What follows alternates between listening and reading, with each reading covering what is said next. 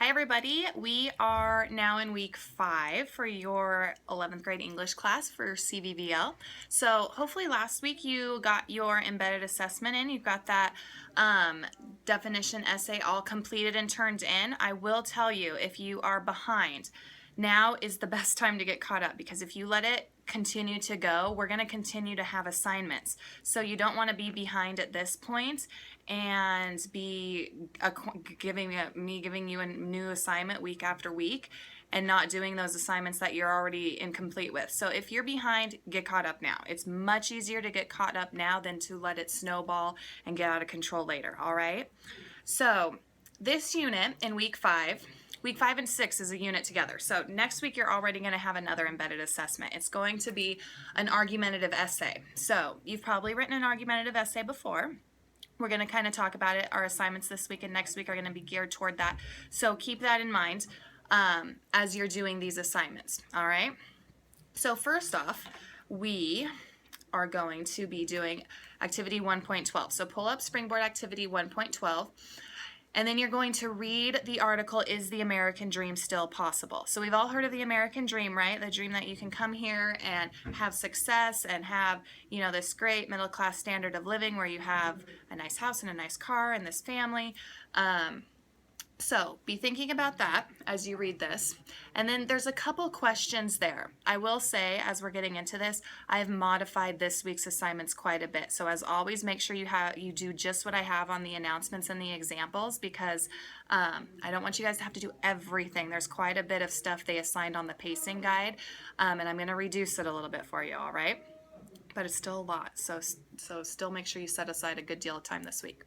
So you're going to read Is the American Dream Still Possible? And you're going to answer 3 questions. So the 3 questions I have here is, what does the author spend time in the opening paragraphs detailing, or why, does the author spend time in the opening paragraphs detailing the extent of this study? So there's a study at the beginning you'll read. Why would he put that study in there? Why is it important? He started his article with it, so clearly he had a point to make. The story of Randy and Sherry is used as evidence for what claim? So what is he trying to say with that little example of Randy and Sherry's situation? And then lastly, explain how the author appeals to pathos, or the emotions of the audience, to strengthen his argument. So how does he get our emotions? So whenever you're writing an argumentative essay or presenting an argument, you usually try to hit the emotions of the people, because if you can hit on emotions, it makes your audience want to believe your position. All right. So how does he do that in Is the American Dream Still Possible? All right. So just answer those questions. The Springboard activities will tell you to do something more. Just do what I have on the announcements.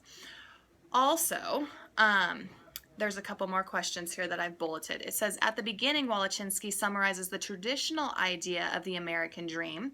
To what extent do you agree with his definition? Do you agree with how he defines the American dream? What assumptions or beliefs are either spoken or unspoken in the author's writing? So what can we assume he has to say about the American dream? What is his point that he's trying to make? And then the next one, to what extent is Wolochinsky's call to action a reasonable and effective idea in light of the problems he highlights about the promise of the American dream? So at the end of an argument, an author will have a call to action. You guys are also going to write one soon. So is his call to action reasonable? Does it make sense? Is it something we can actually do based on everything else he talked about in his article? All right. So there are 5 questions there in the Springboard Activity 1.12 assignment that you have to do. All right. Just answer those questions. It can be just a couple sentences each. All right. Then in Activity 1.13, so pull up Springboard Activity 1.13, you are going to look at how an argumentative essay is structured. So I've got a graphic organizer here, and it talks about all the things that you need in an argumentative essay. Many of these things you've probably heard of before, because most of us have written one. So first you need a hook. You need to get your reader's attention. If you can't grab them and make them want to read your piece, they're not going to read it. So make sure that you reach out and connect with your audience in some way. It can be a quote, it can be a question, it can be some just big statement that matters to people. So you create a hook. You also need a claim. That's your thesis. That's what you're arguing. So if you're arguing that the American dream is still possible, you're going to say the American dream is still possible because blah, blah, blah, blah. Or the American dream is not possible anymore because da, da, da, da, da. So it's your claim or your thesis, all right? Then you're going to have concessions and refutations. This I usually like to do later in the article, but you need what's called a counter argument. So you need to address the other side of the argument. So if you believe the American dream is still possible, you need to address the people who think it's not possible anymore and shut their argument down. You also, most importantly, need support for your own argument. So you go through reasons why the American dream is possible, or whatever your thesis or claim was, you support that. And you need text evidence. You need facts to support your argument. Just like if you're arguing with your parents about something, you need facts to back it up, all right? Because you can't argue past those parents most of the time. Then you need a call to action. This we put in our conclusion paragraph. It's the last thing you say to your reader. It's what you're asking them to do. So what can you ask them to do? If you don't think the American dream is still possible, what could you ask them to do to make it possible? Or if you think the American dream is still possible, what could you say to them? What could you ask of them to do to help them reach that American dream or believe it's still a possibility? So those are all the parts. They're outlined in the graphic organizer that I've got for you on the announcements and examples. So what you're going to do in activity 1.13 is you're going to read the Declaration of Independence. So that's in there, and you are going to, as you're looking at the Declaration of Independence, you're going to write down the pieces from the Declaration of Independence where they've had the hook or where they had the claim in the Declaration of the Independence, where they've had support, where they've had the call to action in the Declaration of Independence, and you're going to write it in the graphic organizer there. All right, so basically you're analyzing the Declaration of Independence and finding all the pieces of an argumentative essay within that. All right, now we've got activity 1.14. So in activity 1.14, pull up your Springboard activity 1.14, you will see 3 poems in there, all right? And as we read these 3 poems, you are going to think about the denotation and the connotation. Those are fancy words to describe words, because that's what we do in English. We come up with words to describe words. So denotation just means the dictionary definition of a word, and connotation is the feeling that word gives you. So you might say, now it's going to be hard for me to come up with an example on the spot when I'm on camera, but if you say something is, well, maybe there's an example right here. Something like the word desperation. So the word desperation, it just literally means that you're desperate. You are really trying to get something. You really need something. But desperation, the feeling it gives you is this like painful, like longing that you're like desperate. You can't live without it. So there's the definition of the word, the denotation, that's just the dictionary definition, and then there's the feeling that word gives you.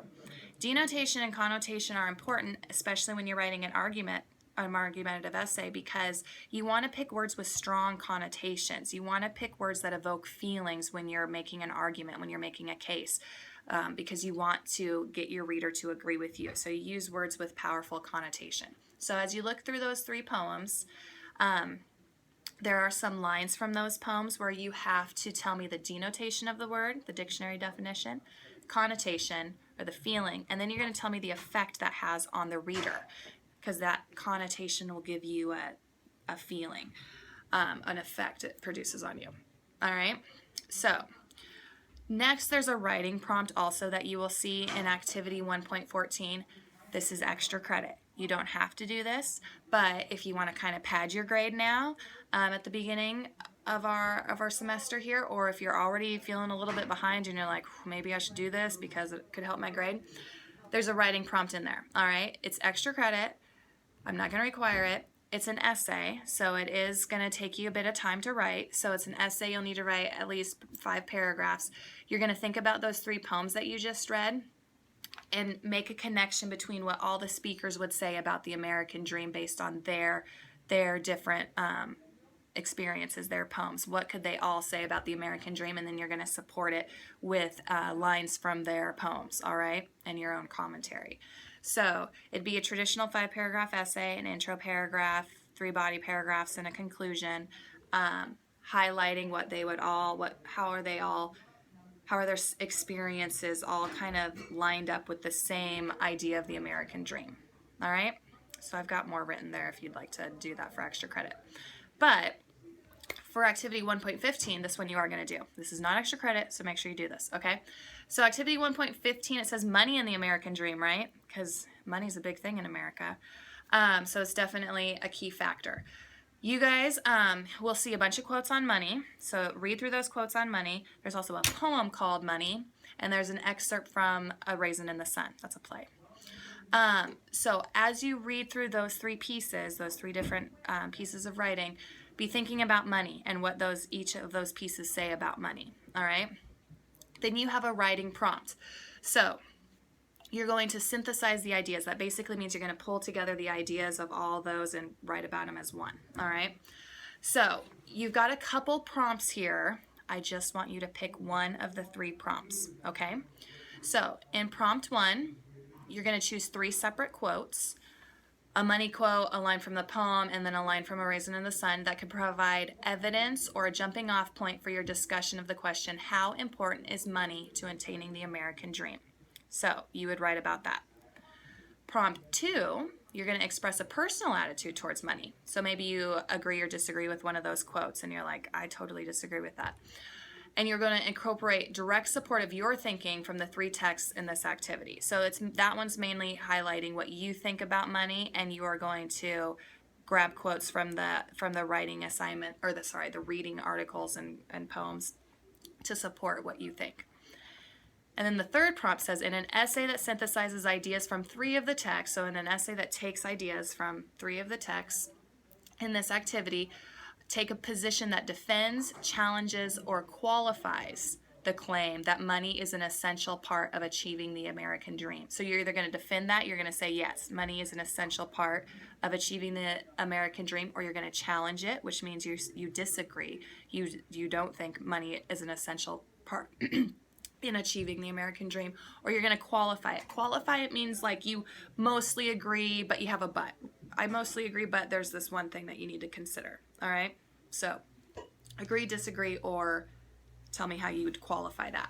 So at the very minimum, your answer to one of those 3 prompts is going to be a big paragraph, 9 to 11 sentences, solid paragraph with text, your own commentary, topic sentence, and conclusion sentence. If you go beyond that, it might be better to break it up into 2 paragraphs, all right? So it's not a full essay like the extra credit is, but I do want you to write a solid paragraph or more, all right? So I've got a little example there of how you can format this, so you can look on the announcements to do that. In the topic sentence, you are going to answer the prompt in a solid sentence, answer the prompt. Then make sure that you're synthesizing. All right, so synthesizing means you're taking information from all of those 3 pieces and putting them together, all right? So you need to have at least 3 quotes, one from each article or poem or the quote about money.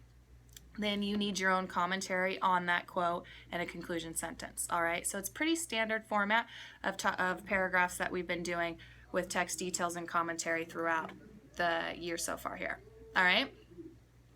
Now, I think this is the last one. Springboard Activity 1.16. It is. Okay. So, you are going to read, if you pull up Springboard Activity 1.16, and you are going to read the poem, Who Burns for the Perfection of Paper?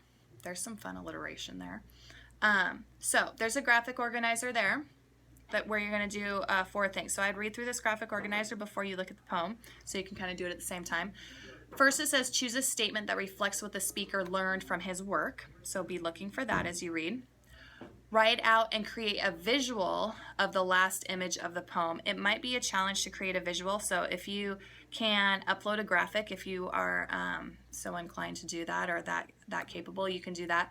Maybe you can Google an image. That's also another option. But somehow find an image and drop it in. I don't know if you're super good at Photoshop and you can do something like that, that's fine. But if you just pull an image off the internet, that's fine as well.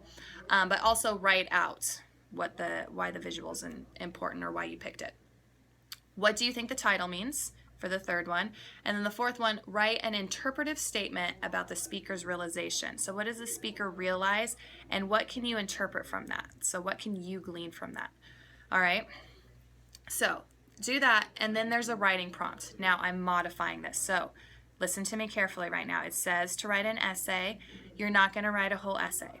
We've written an essay before, and we're going to write an essay next week, so I don't want you to do a full essay, but I do want you to practice some key pieces of an essay. So here's what you're going to do. All right, it says compose an argumentative essay in which you develop a position on the difference between an immigrant's sense of opportunity and a citizen's sense of opportunity in this country. So if you're immigrating to this country, do you have the same opportunities as someone who's a born citizen of this country? That's what you're arguing. So you're going to pick a side. With an argumentative essay, it's very important that you pick a side and stick with it, all right? You can't be waffling back and forth. So pick a side, stick with it. I don't want you to write the full essay, but I want you to write the intro paragraph. I want you to write a counter-argument paragraph, because that's a key piece of an argumentative essay, is to have a counter-argument, and then you're going to write a conclusion paragraph. All right, so you're writing 3 paragraphs. The paragraphs that you're leaving out are the ones where you would support your own position. So if I say that I believe, I wrote actually an example for you guys here, so you'll see my intro, my counter-argument, and my conclusion. So maybe I put it in here. I did. All right. So in your intro, you need to introduce your point. All right. Tell me why it's important. Hook me in as the reader. Make it real for me and make me want to read your essay. All right. So you'll see my intro there. I'm not going to read it to you here just so I don't go use up all my space on my phone reading you guys' essays. But make sure you introduce your topic, hook your reader in, and state your claim, state your thesis. So tell me whether you believe that a citizen and an immigrant have the same opportunity, or whether they have different opportunities or don't have access to the same opportunities in this country. All right? Then you're going to write a counter-argument paragraph. So you have to address the other side. If you think that they have the same opportunities as immigrants as we, like native-born citizens, have, then you're going to argue the opposite side. So you might say, some say they don't have the same opportunities, and you're going to tell me why they say it, and you're going to refute it. You're going to shut their argument down, all right? Your job is to make your reader believe that it's crazy to believe the other side, all right?